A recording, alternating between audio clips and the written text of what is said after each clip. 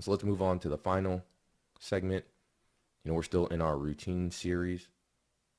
We're talking about vitamin B6, pyridoxine. So what does it do? It's a cofactor for enzymes involved in sugar metabolism. It's involved for the synthesis and metabolism of neurotransmitters, brain chemicals, specifically serotonin, norepinephrine, and dopamine. It's involved with making heme, which is the protein that carries oxygen in the blood. It's responsible for vitamin B3 synthesis, niacin. It's responsible for making precursors to what goes into our DNA, for making red blood cells, for detoxification. It's also involved in the metabolism of fats and fatty acids, and it's involved with making antibodies for the immune system. It also has some antioxidant and anti-inflammatory properties. So there are multiple types of pyridoxine. The active version is something we call P5P. However, the absorption between the different types and the different forms is the same. So sometimes you'll see it as pyridoxine or B6. Sometimes you'll see it as P5P, the activated version. Deficiencies can be caused by chronic alcohol consumption, diuretics, estrogens. You're hearing that a lot. The birth control depletes a lot of the B vitamins. And that's why anybody I know who's on birth control needs to take a B complex. Period.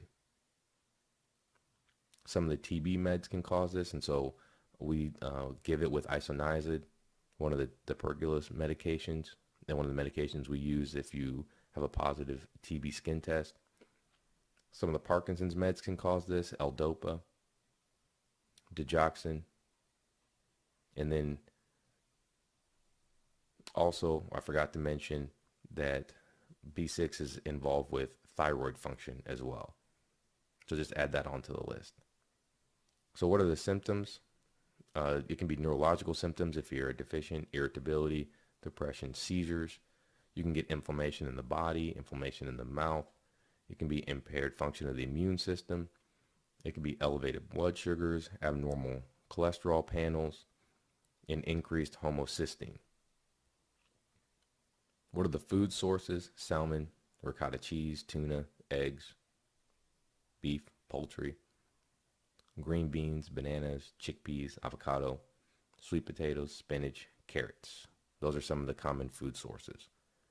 So because it's in a lot of foods, deficiencies are quite rare unless you're on medication that can cause it, or if you have a very high processed food nutrition plan, which is a lot of people. Testing, oh man, see, there's a lot of testing that you can do for B6 levels because it's involved with so many different things in the body. I'm not going to name all of them, but you can test lots of various amino acids. You can test the neurotransmitter levels. You can test the B6 levels itself, something called quinolinic acid and kyurinic acid, which are involved in tryptophan metabolism. So there's a lot of different things that we can look at to make sure that the B6 level is doing what it needs to do. So the RDA is 1.3 to 1.7 milligrams per day for adults, depending on who you ask and where you look. Supplementation doses vary dramatically. You'll see as little as 5 milligrams up to sometimes 250 milligrams.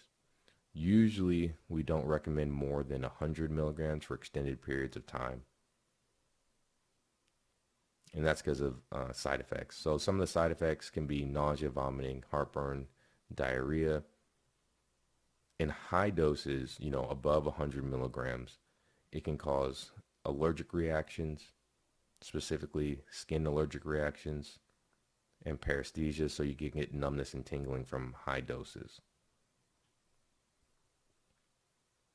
Well, this has been Wellness Journey. Well, not Wellness Journey. This has been Wellness Weekly number 3. You guys digging the format? Let me know. But we'll continue next week in our routine series as well. And then we'll have 2 more studies and another wellness journey. And again, we will be taking some time off around the holidays. So we won't have any releases for about 2 weeks. I think the last day I'm going to release on is the 17th. And then we'll be off until January 4th.